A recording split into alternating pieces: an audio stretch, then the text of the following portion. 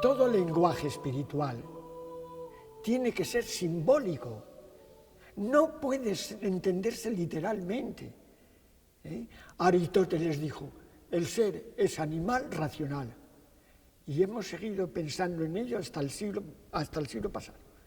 Que a alguien se le ocurrió decir, no, el hombre es un animal simbólico.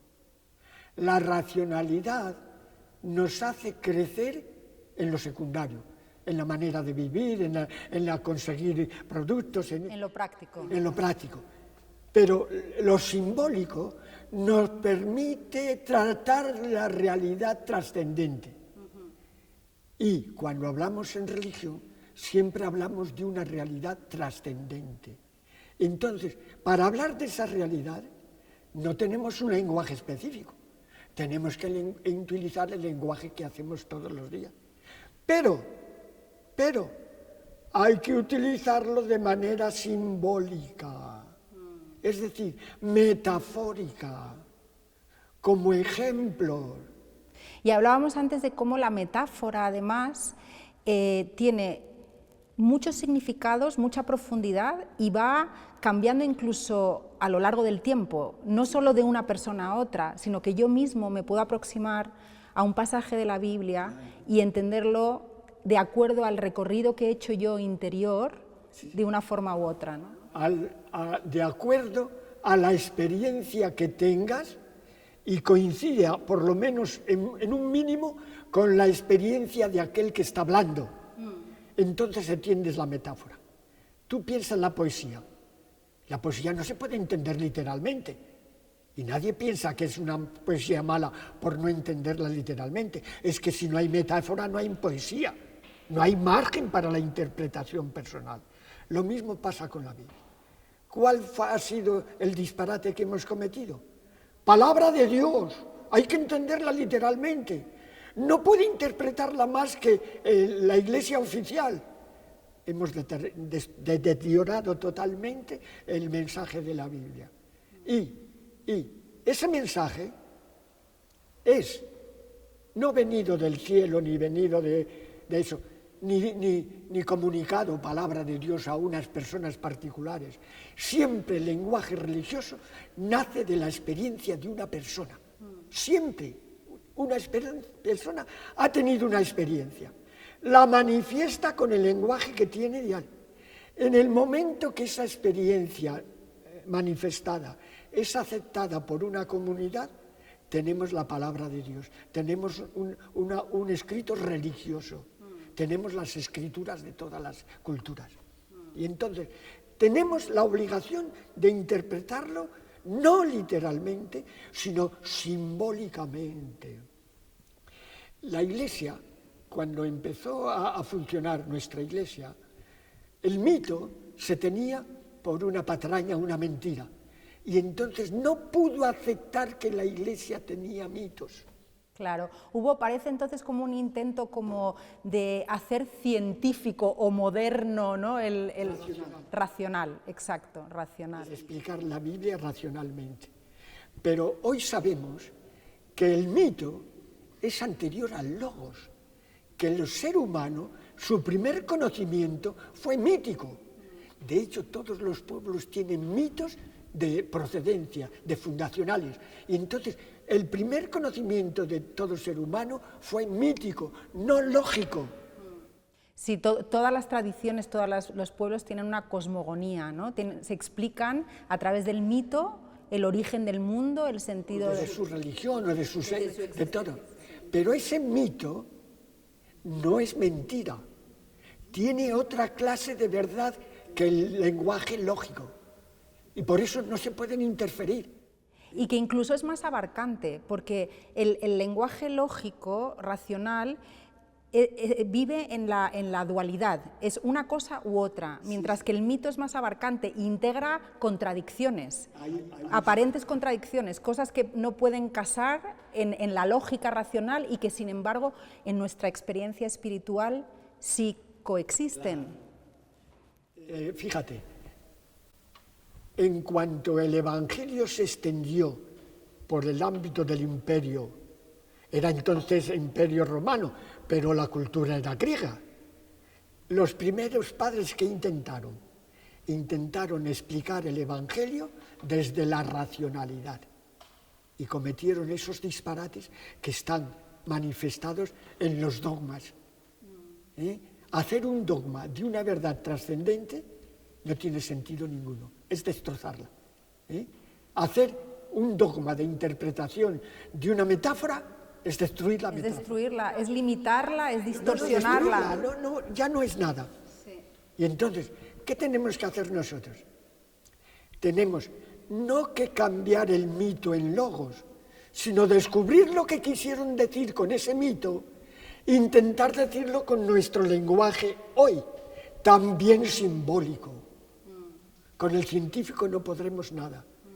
Nunca se podrá explicar ni la existencia de Dios, ni las experiencias místicas. No, todo eso tiene que seguir siendo, estar en el mito. Por lo tanto, siempre que hablamos de realidades trascendentes, tenemos que utilizar el mito, nunca la racionalidad. Y el intento de explicar a Dios racionalmente, en vez de acercarnos, nos ha alejado de Dios, y cada vez más. Exacto, esa ha sido mi experiencia, que las cosas no tenían sentido, escuchaba y no resonaban con mi experiencia de Dios. Eran como palabras huecas, incluso a veces, curiosamente, esto es una paradoja, pero en ese intento de ser racionales se han vuelto muy irracionales, porque ¿cómo vas a entender que Dios creó el mundo en 7 días? Al intentar explicar la escritura racionalmente, demostramos que nosotros confiamos más en la racionalidad que en la experiencia vivencial. Y eso hace polvo cualquier religiosidad. La religión está encantada, pero la religiosidad de cada uno queda destrozada totalmente. Y también mencionábamos antes como la institución, ¿no? la Iglesia con sus dogmas, lo que busca de alguna manera es perpetuarse, expandirse, pero no busca realmente la vivencia real del individuo. Sí, porque te voy a explicar por qué. Y es muy sencillo. Teniendo un conocimiento mínimo de la psicología humana, se explica perfectamente. Una cosa es la institución, la religión como institución, y otra cosa es la religiosidad, la religión como vivencia personal. La institución nunca puede buscar tu experiencia personal y valorarla, porque en la medida que valore lo que tú vives, desvalora lo que ella predica, lo que ella está insistiendo, que hagas esto, que no hagas lo otro. Si tú tienes tu experiencia interior, ahí no se puede meter la institución. Y por eso todos los místicos de todos los tiempos, de todas las religiones, han sido perseguidos. Porque la institución no puede aguantar lo que nos quieren decir los místicos. Vamos al otro tema del Dios cosa. Este es un tema que daba para toda una charla. Vamos a ver. El Dios que inventaron nuestros ancestros, no sabemos cuándo, pero hay indicios de que hace 12.000 años, clarísimo, pero más anteriores a 12.000 años, que los seres humanos ya creían en potencias más fuertes que él. El Dios que se inventó partiendo de esa necesidad de un ser absoluto en quien yo pueda confiar, fue el Dios todopoderoso. Es una energía, una fuerza, una potencia, un ser, el sol, la tormenta, el fuego, un ser que es más fuerte que yo y que me puede favorecer o me puede hacer daño. Y yo tengo que intentar conectar con ese ser para hacer que esté a mi favor. Y en vez de hacerme daño, me ayude a ser yo, me saque de mis carencias. Por lo tanto, el primer Dios que se inventó el ser humano era un ser personal, cosa que está en alguna parte, solo que muy superior a mí. Fijad que estamos en un punto en que el cambio que estamos dando No es un cambio de paradigma ni de época, no, es un cambio absoluto, infinitamente mayor que el copernicano. Estamos dando el paso a un Dios que lo invade todo, que lo penetra todo, lo dice la Biblia, que está en todo. Pero ojo, ese Dios que está en todo, no está en todo estando también fuera, no puede estar fuera y dentro a la vez. Piensa un poquito, la vida. ¿Tú has visto alguna vez la vida danzando por ahí? No. ¿Sabemos lo que es la vida? Cuando miramos a un ser vivo, pero seguimos sin saber lo que es la vida.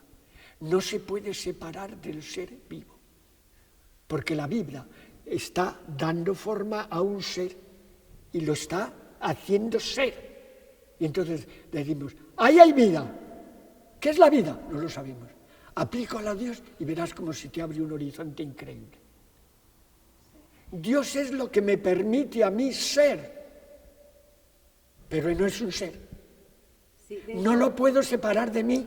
De hecho, una vez escuché decir que es muy interesante, Dios es lo que soy cuando retiro, aparto de mí todas las ideas que tengo acerca de mí. No, vamos a ver. Nosotros tenemos que funcionar con ideas y sobre Dios también tenemos ideas. No podemos funcionar de otra manera. ¿Cuál es el peligro?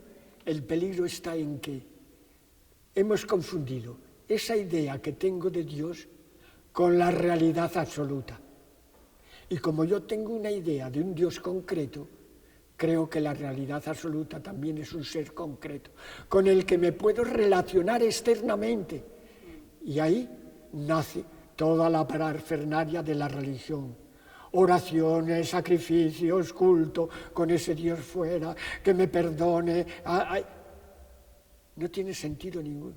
O sea, que hemos creado toda un sistema basado en una idolatría, en este ídolo al que intentamos contentar, no disgustar, y que hay cada vez lo comentábamos antes también, ¿no? Como no solo ha ocurrido en nuestra religión, sino en otras religiones, hay una cantidad de rituales y de preceptos y de normas que se han ido cada vez haciendo más complejas, basadas en este despropósito que es que ahí este ídolo está afuera y yo tengo que ganarme su favor y estar a bien, y ahí ya empieza a degenerar hasta el punto de que es pura superstición.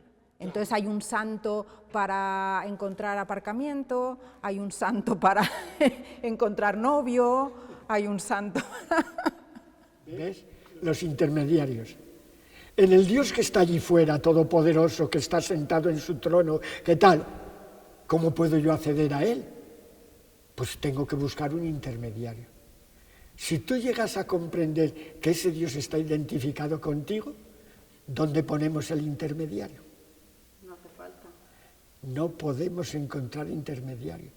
Siempre que nos hablan de intermediarios entre nosotros y Dios, nos están hablando de un ídolo, no de la realidad auténtica que está identificada conmigo. Esto, vamos a ver, tenemos que descubrirlo personalmente. Es igual que hable una hora del Dios todopoderoso o del que está fuera o del Dios que está dentro de mí. Si no lo experimento, para mí ese Dios no es nada, sigue siendo nada. Y por eso, a pesar de los logros de la exégesis, la gente sigue agarrándose al Dios cosa, al Dios que está enfrente, al Dios que me puede ayudar, al Dios que puede sacarme de las castañas del fuego. Ese Dios es un ídolo. Está en mi cabeza y yo lo he trasladado más allá de mi cabeza al infinito y me relaciono con Él desde fuera. ¿Ves? Aquí teníamos otro tema para estar horas. Entonces, ¿dónde colocamos la oración de petición? Claro. ¿A quién le estás pidiendo? ¿A quién estás pidiendo y qué le estás pidiendo? Si crees que Él puede hacer algo por ti y no lo hace, ¿qué Dios es ese? Un Dios injusto. Hay gente que se vuelve atea por eso. Dios es injusto. Pero peor es creer que te da lo que le pides, porque entonces te arrodillas ante el ídolo. Exacto. Y yo incluso he escuchado gente que considera que Dios ha castigado a enemigos suyos, le ha hecho ese favor. Realmente, sí, o sea, cuando uno lo explora y lo empieza a cuestionar, es muy loco, es muy absurdo todo el planteamiento, y sin embargo está muy metido hasta la médula. Hasta el tuétano en nosotros, o sea, por mucho que a nivel... Es que la institución es el medio de control mejor que tiene.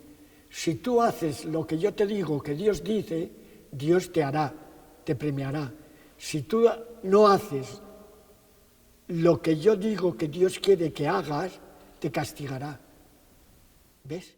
Bueno, incluso yo creo que aparte de la labor que ha tenido la Iglesia a lo largo de los siglos, que ha tenido un peso enorme en nuestra percepción del mundo, también está basado en unos valores patriarcales, ¿no? Está este concepto, ¿no?, de hay que ser bueno, sino el poder, la autoridad, que puede ser una autoridad, ¿no?, divina, o la autoridad eclesiástica, o el señor feudal te va a castigar, y hay una experiencia también de ser pequeño frente a algo grande. Esto otro de repente nos da una libertad y un poder, ¿no?, porque Dios está dentro y yo puedo explorar esa experiencia dentro de mí. No te da poder ninguno, porque Dios no tiene poder ninguno. Poder en el sentido de libertad, ¿no?, de que no vivo... Poder de elevarte, Exacto, de ser tú mismo, de que nadie te acompleje, te disminuya, que no te someta, te haga ser nada. No, entonces empiezas a serlo todo. La experiencia de todos los místicos es experiencia de unidad. Pero en unidad no solo con esa realidad de la que estamos hablando, sino con toda realidad. Me siento uno, y un místico se siente uno con el perro, con el gato, Francisco de Asís, con el sol, con el universo. Y eso es lo que te hace sentirte integrado. Y ya nadie tiene que venir a liberarte de una esclavitud, a hacerte mejor, a darte esto que no tenías, o a prometerte algo que tú deseas. No tiene sentido. Lo eres todo, ya, aquí, ahora. Descúbrelo y vívelo. A eso se tenía que limitar toda religión. Estábamos hablando de la experiencia de unidad que es común a la experiencia mística, y cómo eso nos hace sentir parte de, no tenemos ya que hacer méritos para pertenecer, no tenemos que es un poco el mensaje del ego. El ego todo el tiempo nos dice, sé mejor, sé más listo, sé más guapo, ¿no? Y eso no tiene fin, es un proceso que lo contrario, no vales para nada, eres una miseria, hay que hacer esto, hay que hacer eso para salir de ahí. Pero bueno, son dos caras de la misma moneda. Como eres una miseria, trata de ser mejor. Y cuando estoy en la cumbre, el temor siempre a que eso decrezca y caiga yo en la miseria. Siempre estoy en esas dos, ¿no?, dualidades que hacen que vivamos, yo creo, como seres humanos, con mucha ansiedad y con una gran insatisfacción, porque nunca llegamos a ser nada de lo que se espera. Porque todo lo que puedes llegar a ser, si no lo eres ya, es una utopía. Lo que hay que descubrir es que ya lo eres. Todo eso, si es verdaderamente importante para tu ser, si no depende del ego, todo lo que quieres llegar a ser ya lo eres. Tienes que descubrirlo y vivirlo. Pero la experiencia mística generalmente se interpreta mal. Místico no es aquel el que tiene alucinaciones y ve a una virgen venir o a una eso. No, no. Místico, verdadero místico, es el que descubre su verdadero ser. Y en la medida que lo va descubriendo y viviendo desde ahí. Todas esas experiencias a las que hemos llamado mística, y a las que hemos calificado a los místicos, ha tenido una experiencia, ha tenido una visión, se le ha parecido el Sursum Corda. Todo eso no es más que un proceso mental. Y hay que saber describirlo. Después de Jung y de Freud, no tenemos problema ninguno para describir esos fenómenos internos. Nunca vienen de lo trascendente, ni de ningún Dios que no está allí, ni de la Virgen, que no está en ninguna parte, ni de Jesús, que se le aparece a una. Son procesos inconscientes o subconscientes que aparecen a la mente y la mente los recibe como imágenes, pero no saben ni lo que significan ni de dónde vienen. Irracionalmente las interpreta mal y además saca la conclusión de que vienen de los seres supraterrenos, los trascendentes, de Dios, de los santos, del Sursum Corda. Hasta de un extraterrestre. Entonces, lo que hay que tener eso en cuenta y no dar ninguna importancia a que una persona vea a Jesús que se le aparece, o a la Virgen, o a la Santísima Trinidad, que también las hay.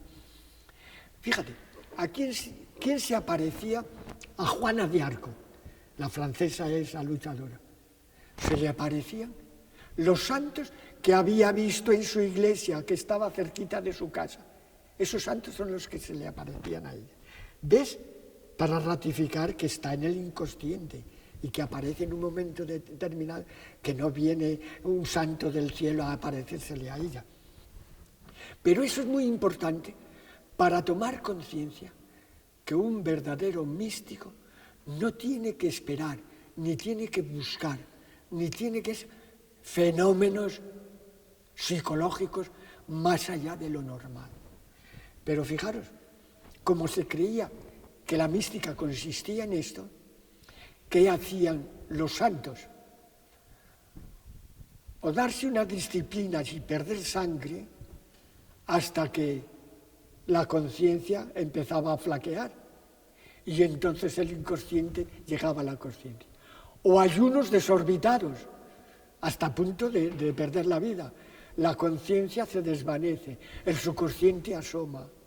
O los niños que hablábamos antes, ¿comprendes? O los psíquicamente débiles, los que no tienen un equilibrio psicológico. Pero ves, todos estos son técnicas no para que Dios se te aparezca, sino para que el subconsciente encuentre el camino de llegar a la conciencia. Que hablabas antes del ejemplo de un termómetro, ¿no? Cómo el inconsciente y el consciente están separados por un pequeño... Estrangulamiento, sí. Ese estrangulamiento, en los enfermos psíquicos está mucho más fácil. Y en los niños, y en los que están en límites. Por ejemplo, todas las experiencias, teníamos para hablar para otra conferencia, las experiencias cercanas a la muerte. Yo la he tenido y no la doy ninguna interpretación como los demás. No es nada, no es más que un fenómeno de que esa estrangulación desaparece. Y el subconsciente se queda en la conciencia, o sea, está ahí todo, está ahí todo. Dicen que veo esto, que veo lo otro. Es que la conciencia está viendo el subconsciente en totalidad, cuando estás a punto de perder la vida. Que el oxígeno no llega o cualquier enfermedad. Entonces, se hacen, el consciente y el inconsciente, se hace uno. ¿Cómo se interpreta? ¿Ves? Como se le apareció el más allá, sí, es verdad que hay Dios que te está esperando, que la luz significa que hay un más allá, que hay una vida después de la muerte. Todos son pamplinas. Sí, que está conectado con esta gran necesidad que tenemos de certezas, ¿no? Y de control, La interpretación de lo que pasa. El inconsciente llega y la mente lo interpreta racionalmente. Las imágenes del inconsciente o subconsciente nunca son racionales. Ahora es que esto me está surgiendo una cosa interesante. O sea, por un lado estamos diciendo, el místico tiene estas alucinaciones, no hay que darles un valor particular. Creo que lo que de verdad tiene valor es el proceso mismo de vida, ¿no? De búsqueda interior, de conexión en el día a día de una manera mucho más natural, mucho más relajada, y en que eso se manifieste también en la relación con el otro, ¿no? Porque hay veces también como encontramos gurús ahí fuera que parecen como iluminados y luego su comportamiento es bastante inmoral. Lo utilizan para aprovecharse de los demás. Exacto, entonces yo creo que siempre tiene que haber esa coherencia, ¿no? O sea, hay un proceso de despertar de la conciencia dentro de uno, de esa conexión con esa dimensión espiritual. Lo que hablábamos antes. En la medida que tú seas consciente de que eres uno con todo, lo último que se te puede ocurrir es aprovecharte de uno o utilizarle en beneficio de tu ego. Exacto. Eres uno con él. Lo que hago por él lo hago por mí. Lo que es él lo soy yo. ¿Cómo puede haber un interés? El ego. En esos iluminados se termina el ego poniéndose por encima de la cabeza y funcionan desde su ego. Que es la soberbia espiritual, que yo creo que es una de las más peligrosas, porque es ya tomar la dimensión más elevada y más profunda que tenemos como seres humanos y ponerla al servicio del ego. Efectivamente. Recuerdo que escuché una charla, creo que era de un budista, que decía que cuando te das cuenta de que tú eres una mano, ¿cómo un dedo va a querer enfrentarse al otro, ¿no? Si soy un todo. Claro, es una mano, no es un dedo y un dedo. Un dedo por su cuenta no vale nada. Exacto. Entonces, con respecto a esto que decíamos del inconsciente, que es muy interesante porque yo trabajo como psicoterapeuta con el inconsciente y definitivamente el lenguaje del inconsciente es la imaginación, las imágenes, que volvemos otra vez al comienzo de la conversación. Por eso son símbolos. Una poesía habla en imágenes. Claro. Una parábola habla en imágenes. Claro. Un mito habla en imágenes. Claro. Y las imágenes tienen la capacidad de incluir no solo el aspecto intelectual, lo trascienden, tiene una dimensión también emocional y espiritual. Entonces, una imagen habla más que 1000 palabras, porque es una condensación y además tiene este nivel simbólico que permite una interpretación que es eterna, que uno puede volver a visitarla y descubrir un nuevo significado, ¿no? De acuerdo a tu experiencia interna. Entonces, pasa con esas imágenes, pasa exactamente lo mismo que con las escrituras. Intentamos comprenderlas racionalmente. En ese mismo instante les desbaratamos su valor. Y lo interesante es que la interpretación de las escrituras va a ir evolucionando a lo largo de la existencia y no tiene fin, porque, por ejemplo, recuerdo cuando en una de tus charlas estabas mencionando cómo vino la familia de Jesús para llevárselo porque estaba ya haciendo mucho lío y ya estaban preocupados. Estaba sacando los pies del tiesto. Exacto. Y entonces él dijo, ¿qué familia, no? Con todo el amor, pero mi familia sois vosotros, los que, ¿no? Con los que yo resueno. Pues esta lectura hoy tiene mucho sentido para nosotros porque también ha habido una evolución de la psicología y podemos entender qué significa para nosotros como individuos no ser auténticos con nosotros mismos y no escuchar nuestra verdad interior en beneficio de lo que sea, la pertenencia a una familia, la pertenencia a una sociedad. O sea, que ese conflicto que vivió Jesús, a lo que voy es que es atemporal y es universal.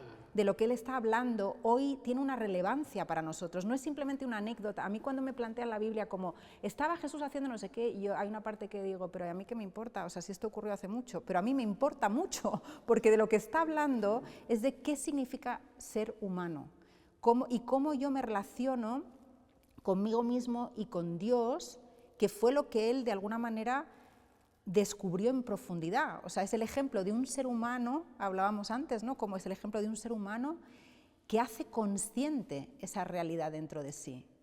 Volviendo a la familia. En la familia hay que ver dos aspectos. El aspecto instintivo. Un hijo no puede más que querer a su madre y una madre no puede más que querer a su hijo. Eso es completamente imprescindible. Sin ese instinto, ni tú ni yo estaríamos aquí. Pero cuando estamos hablando de un ser humano, no es suficiente. Hay que ir más allá de los instintos. Y hay que descubrir que la relación de una madre con un hijo, si es de verdadero amor, se dará totalmente al hijo sin esperar nada a cambio. Si es solo instinto, la madre terminará utilizando al hijo, manipulando al hijo, haciendo que el hijo haga lo que ella quiere y lo destroza. Eso es lo que quería decir Jesús. Entonces, ¿quién es mi madre y mis hermanos? Todo el que cumple la voluntad de Dios. Otro lenguaje mítico. ¿Y qué es cumplir la voluntad de Dios? Desplegar tu verdadero ser. La voluntad de Dios no viene de fuera. La voluntad de Dios es la realidad última de cada ser. Cumplir la voluntad de Dios es desplegar todas tus posibilidades de ser. ¿De ser qué? Humano. Y de ser ese ser humano único y singular que eres tú. Sí. Porque en este momento estás aquí y ahora como esa manifestación de lo divino en esta forma concreta que eres tú. ¿Ves? Esto que acabas de decir va en contra de todos los sentimientos de las instituciones que quieren que los demás no sean ellos mismos, que no se sientan. ¿Cuál es la institución que mejor funciona? El ejército. Porque ha conseguido que todos sus miembros sean números. Les ha quitado toda su personalidad. Tristemente esto empieza a ocurrir en la educación. Ya no vemos tanto al individuo, hay una clase, hay que llegar a unos objetivos, hay un porcentaje de aprobados, un porcentaje de suspendidos, ya somos números. A veces ocurre también en los hospitales, ¿no? Nos estamos deshumanizando, hay que llegar a importa más el objetivo que el individuo, ¿no? Claro, pero eso es lo que está retrasando el avance de la humanidad como humanidad. O sea, el querer hacer de los seres humanos, ponerlos al servicio de un hedonismo, de una marcha de la cultura y de la humanidad hacia más placer, hacia más seguridades, hacia más consumismo, destrozando la singularidad de cada uno. Fíjate, todas las marcas lo que intentan es equiparar a todos los posibles compradores en una sola realidad. Los que quieren unificar. Si no tienes esto, no eres feliz. Ni tú, ni el otro, ni el otro, ni el otro, ni el otro. Y entonces consiguen que todos vayan a comprar ese producto. Pero es destruir eso de lo que partíamos, de lo que acabas de decir tú. Soy irrepetible, absoluto. Soy la totalidad, no puedo ser más de lo que soy. Se acabaron las depresiones, los sentimientos de no valer para nada, la necesidad de que otro me apoye, de que otro me alabe, de que otro me diga que soy, se acabó todo. Soy lo que soy y no necesito más. Soy lo que soy y sé que soy único. Soy lo que soy y sé que soy reflejo de Dios. Estoy manifestando lo que es Dios en mí, independientemente de lo que haga. Soy. Hay que darle más importancia al ser que a las cualidades. Sí. Ya lo decía Erich Fromm. Erich Fromm, justo estoy leyendo ese libro, Ser o Tener, sí, justamente. Y el hecho es muy curioso porque el hecho de buscarlo fuera, lo que muestra es que como no está fuera, es una especie de pozo que nunca se satisface, un pozo sin fondo, ¿no? Entonces busco más y consumo más. Son chapuzas, sí. No son más que satisfacciones del ego que es falso. Y satisfacer el ego que es falso no puede llevarte a ninguna parte. Estás entrando en una falsedad, te estás haciendo trampas en el solitario. Crees que estás ganando y te quedas sin nada. Sí, es muy curioso esa experiencia de vacío, ¿no? De que parece que lo lleno y enseguida se desvanece, como que no es real. Es tal vez una de las experiencias más tristes de toda la sociedad de hoy. Sensación de vacío. Sensación de que no consigo dar sentido a mi vida. Pero ¿cómo que tienes que dar sentido a tu vida? Tu vida tiene sentido por sí misma, no tienes que dárselo tú. Sí, pero eso hay que recordarlo porque nos hemos olvidado. Es sí, un poco claro. Como el cuento de Hansel y Gretel, ¿no? Que primero ponen las miguitas y se la comen los pájaros para volver a casa. Hemos perdido la vuelta a casa, está siendo difícil. Y entonces cuando ya estás ahí en el bosque, estás perdido. Todo asusta, todo deprime, todo angustia. Esta es la rémora que está refrenando a la humanidad en su avance como seres humanos. En determinadas cuentas es el hedonismo. Buscar siempre lo que me agrada, lo que me gusta, lo que me pide el cuerpo, lo que me da placer, huir de todo lo que me exige esfuerzo, lo que me da dolor, todo eso rechazado. Y entonces sin esfuerzo no puedes descubrir lo que verdaderamente eres y te dejas resbalar por los sentidos, las pasiones, los apetitos, el placer sensual y nos destrozamos, nos estamos destrozando.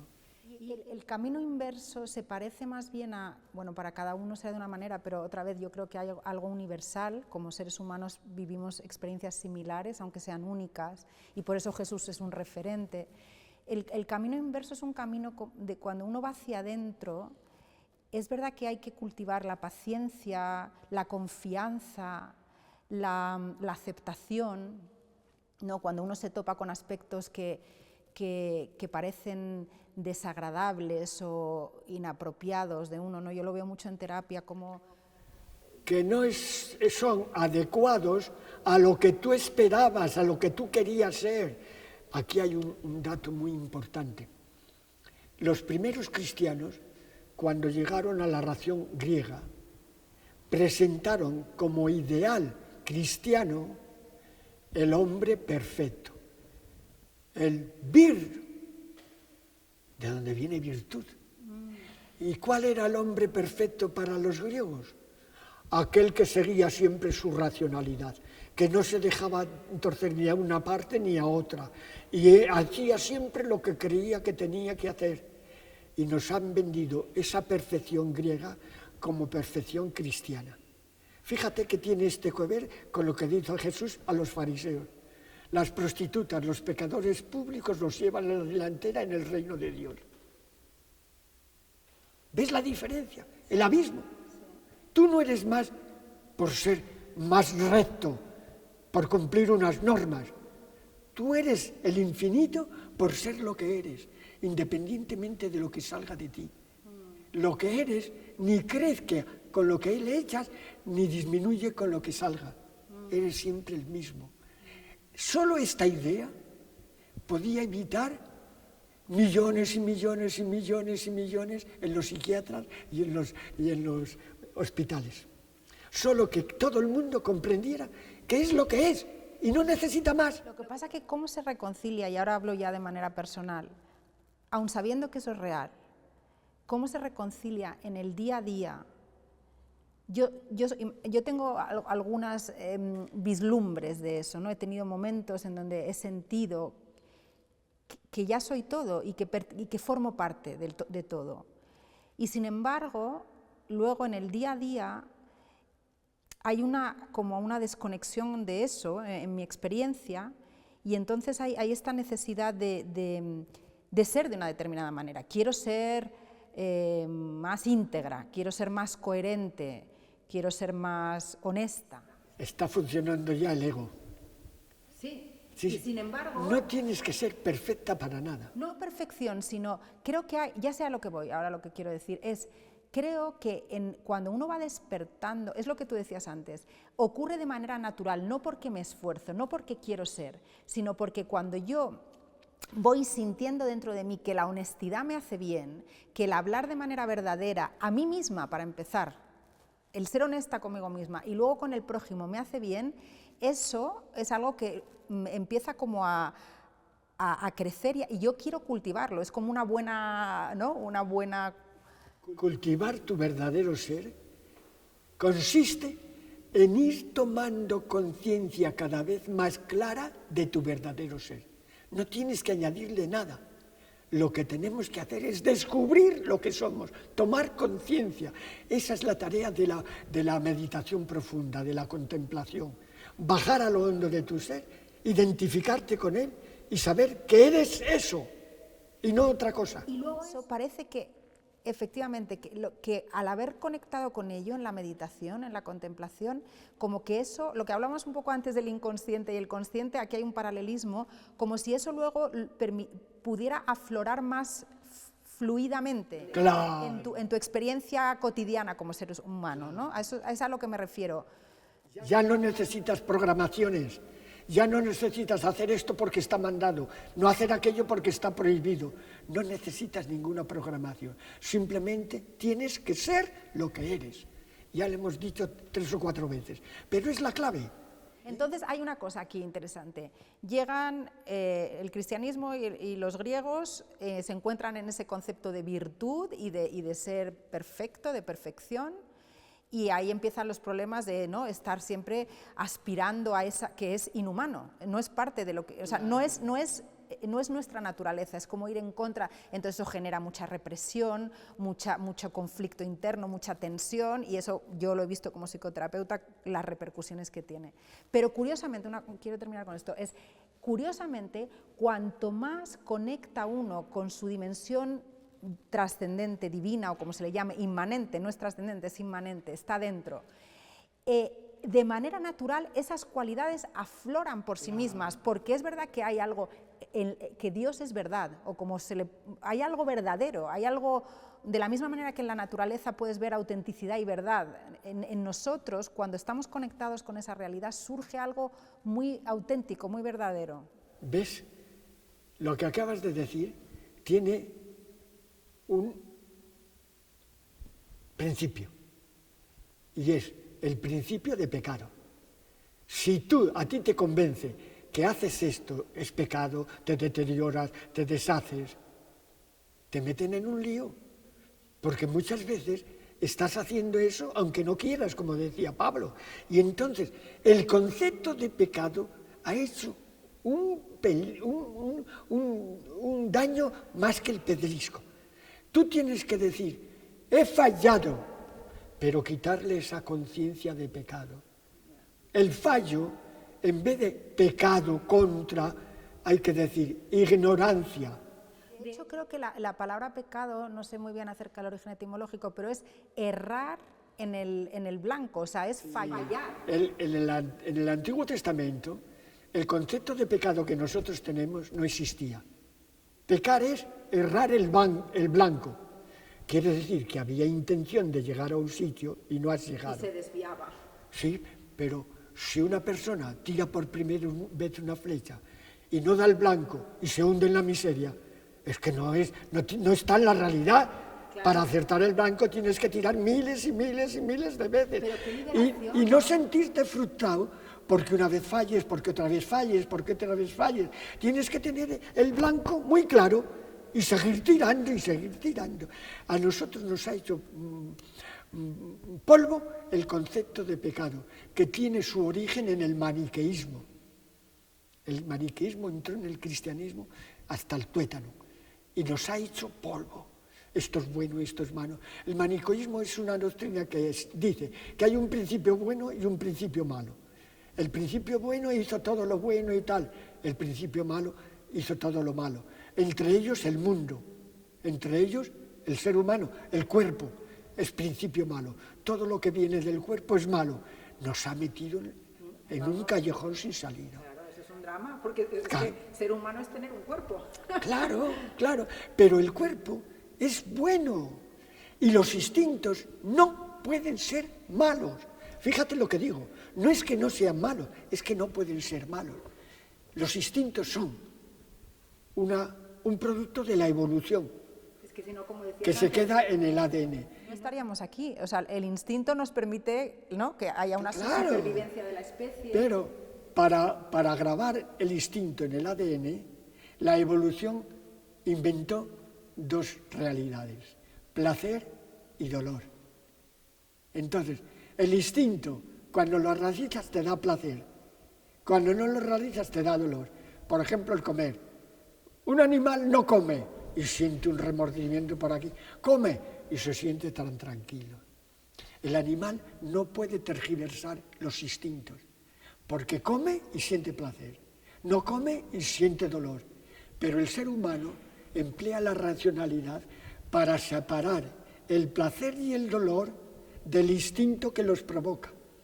Y puede buscar desarrollar un instinto no porque es bueno para su ser, sino solo y exclusivamente porque le da placer, aunque le está haciendo daño a su propio ser.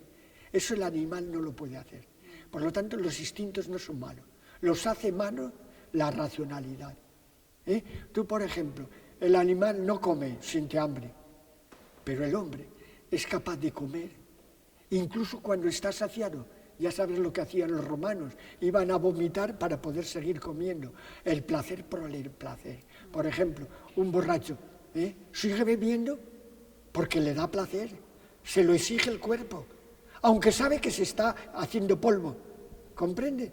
Un instinto malo está maleado por la mente. Por sí mismo nunca pueden ser malos. Yo diría incluso que está maleado, está deformado por un tema emocional. O sea, ahí es donde nos distinguimos también de los animales. Aunque los mamíferos tienen su emocionalidad y crean vínculos, en nosotros nuestra experiencia emocional es muy compleja.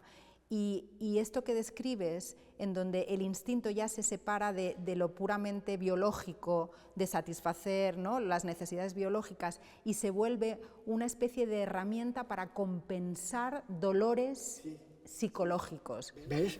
Busca el placer por el placer. Y muchas veces para huir del dolor, o sea, curiosamente, cuando las adicciones, exacto, las adicciones, cuando ese borracho que describes bebe, aunque está dañando el cuerpo, está aliviando el dolor del alma, temporalmente. Claro, es muy temporal. Está intentando superar con eso unas carencias que está viviendo personalmente. Por ejemplo, este tema, llevado al aspecto sexual, cambiaría radicalmente el mundo entero. Es decir, que hay normas para tener sexo o no tener sexo, para amarse o no para no amarse, o dar... No tiene sentido ninguno. Yo digo solo esto. Una relación sexual es buena del tipo que sea. Es buena cuando te ayuda a ti a ser más humano y ayuda al otro a ser más humano. Es la única norma. No hay ninguna otra norma. Tú haces eso por humanidad pensando en el otro. Es positivo. Lo haces buscando placer, pensando en ti y utilizando al otro. No hay cosa que te deteriore más que eso. Porque el otro se vuelve un objeto. ¿No? Ese objeto, claro, lo utilizas. Lo deshumanizas, ¿no? Pero no al servicio de tu ser, al servicio de un placer, para sentir tu placer. Y eso te deteriora totalmente. Que la sexualidad es el tema más sangrante hoy día, donde más despistes hay. Los jóvenes saben que tienen sexualidad desde muy pequeñitos, pero no saben qué hacer con ella. No saben utilizarla para crecer en humanidad, para relacionarse más profundamente con los demás. Y entonces están deteriorando al ser humano solo porque hacer esto me da placer y hacer lo otro me da dolor. Fíjate, estaban dos madres hablando de sus cosas y tal, y en un momento una de las dos le dijo a la otra: oye, ¿crees que debo de hablar de sexualidad con mi hija? La otra le contestó: claro, no es tarde para aprender. Los pequeños tienen mucho que enseñar, pero no quieren aprender nada de los mayores. Y en ese aspecto hay un mundo completamente que está fuera de control y que está llegando a los jóvenes de una manera invasiva. No tienen tiempo ni medios para reaccionar y colocarse en su sitio y decir: ahora voy a ser yo y utilizo esta herramienta que tengo de la mejor manera posible. No como me dice este, como me dice el otro, como me dice aquel, que son siempre respuestas a intereses personales. Yo voy a utilizar esta herramienta de la manera que me dé más humanidad. Esa es la clave. Bueno, yo creo que esto de hecho es extensible, o sea, aunque el tema de la sexualidad es realmente notable y hay mucha confusión y creo que mucho dolor en los jóvenes también. Sí, frustración. Frustración, soledad, confusión, mucho ocurriendo ahí, pero creo que esto es extensible a todas las áreas. O sea, creo que estamos viviendo un momento en el que precisamente hay tanto ruido, tanta información o desinformación, que es muy difícil poder procesar y poder escucharse a uno mismo, o sea, encontrar esa voz interior en uno. Procesar y asimilar todo lo que llega a ti y seguir siendo tú, a pesar de ese bombardeo. Exacto. Es y hoy imposible. más que nunca, te digo, son estas contradicciones, ¿no? Las cosas no son lo que parecen. Supuestamente la mujer se está liberando, pero en realidad está más esclava que nunca de su sexualidad, o que nunca, no sé, pero de una manera más que no es tan aparente. Lo mismo ocurre con nosotros, creemos que somos libres porque la democracia, votamos, estamos completamente lavados el cerebro, estamos siendo dirigidos, supuestamente tenemos acceso a mucha información. La información viene de 3 agencias en las que se va a estar constantemente bombardeando a las televisiones y las radios. Tal como está planteada hoy la información, es manipulación. Absoluta, es propaganda. Tú fíjate, un ejemplo que tenemos ahora que está en el candelero. De las 10 universidades mejores del mundo, 8 son norteamericanas. No hay 2 personas mejores que Trump y Biden para presentarse a presidente. Sí, eso es un claro Esto ejemplo. nos tenía que hacer pensar. En Estados Unidos no hay un ser humano, o 2 o 3 o 7, mejores que esos 2 testaferros. Pero bueno, yo creo que claramente estamos viviendo un declive, igual que ocurrió con el Imperio Romano, un declive de una potencia, y estamos viendo todo lo que conlleva, ¿no? O sea, cómo está degenerando, y con ellos pues el resto, porque ellos son una potencia. Pero sí, definitivamente es un tiempo, ya para cerrar, de mucha confusión, de mucho ruido, en donde yo creo que es muy importante precisamente el mensaje de Jesús, en el sentido, Jesús fue un místico, es mucho más allá de que el Hijo de Dios que está sentado a la derecha del Padre y toda la vaina. Básicamente lo que nos está contando es, mira, esto significa ser humano. Y como decía Carl Rogers, el ser humano no es garantía, nacer no es una garantía de ser humano, es un proceso. Es que nadie nace ser humano. El ser humano se hace, no nace. Exacto. Y creo que eso es un proceso que dura toda la vida. Toda la vida, hasta la muerte, y que es un proceso, en mi experiencia, muy satisfactorio, muy bonito, en muchos momentos duro. Pero no hay que ser pesimista. ¿No? Yo no soy pesimista. La evolución humana, como toda la evolución, desde que empezó el primer ser vivo, el Lucas, ese famoso, es siempre una evolución no continuada, como la yenca, 2 pasos atrás, 2 pasos adelante, 1 atrás, 2 pasos adelante, 1 atrás. La evolución va a seguir a pesar de todo. Por supuesto, y de hecho, a pesar de que estamos mostrando aspectos difíciles de nuestro momento histórico, ha habido muchas conquistas muy buenas, o sea, a muchos niveles. Y nunca ha habido tantos seres humanos buscando su propio ser. Exacto. Nunca. Exacto. En ninguna. O sea, que no solo el progreso ha sido a un nivel material, que es muy claro. El confort con el que vivimos ahora no vivían nuestros antepasados, ni muchísimo menos, y eso creo que importa. Pero es que a nivel espiritual se está dando más y más que hay personas buscando, y que además hay un acceso a la espiritualidad. Antes eran escuelas esotéricas, eran escuelas herméticas, donde solamente unos cuantos escogidos, los iniciados, podían. Este mensaje que estamos compartiendo hoy, y que me preguntabas antes, ¿qué quieres hacer con esta entrevista? Quiero que el mundo escuche, en la medida que tengan interés, este mensaje, porque creo que es muy potente y que es mucho más allá que la religión. Eso habla de ser humano. Creo que ahí estamos todos en el mismo barco, ¿no? Estamos buscando cómo vivir nuestra humanidad. Teníamos que estar todos en el mismo barco.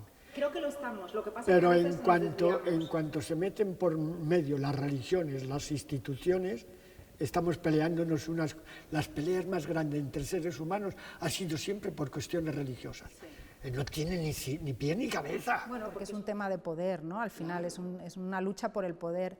Pero básicamente sí, o sea, que creo que quería tener esta charla contigo un poco para recordarme a mí misma y a los demás que esto de ser humano es un camino, es un proceso, que tenemos referentes que nos ayudan mucho en el camino, que nos cuentan, ¿no? Ellos llevan ya unos pasos por delante y nos van poniendo esas miguitas, esas piedritas en el camino, que son tan valiosas cuando uno está un poquito buscando, ¿no? Ahí en esa... Vamos a ver.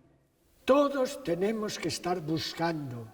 Decíamos antes, el ser humano no nace hecho. Es que nunca en todo su proceso humano está hecho. El ser humano se estará haciendo hasta el instante de morir. Y si siguiera viviendo, seguiría haciéndose. Y la evolución en común lo mismo. Ahora somos el punto de lanza de la evolución, pero no porque sepamos más científicamente eso, sino porque estamos desplegando el verdadero amor, que es la manifestación de una verdadera humanidad. De tal manera que se puede decir, una persona es capaz de amar, es humano. Es capaz de amar más, es más humano. Y en esa capacidad de amar teníamos que estar siempre creciendo.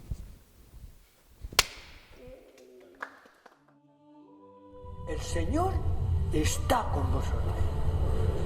Y la bendición de Dios, Padre, Hijo, Espíritu Santo, desciende sobre vosotros. Podéis ir en paz.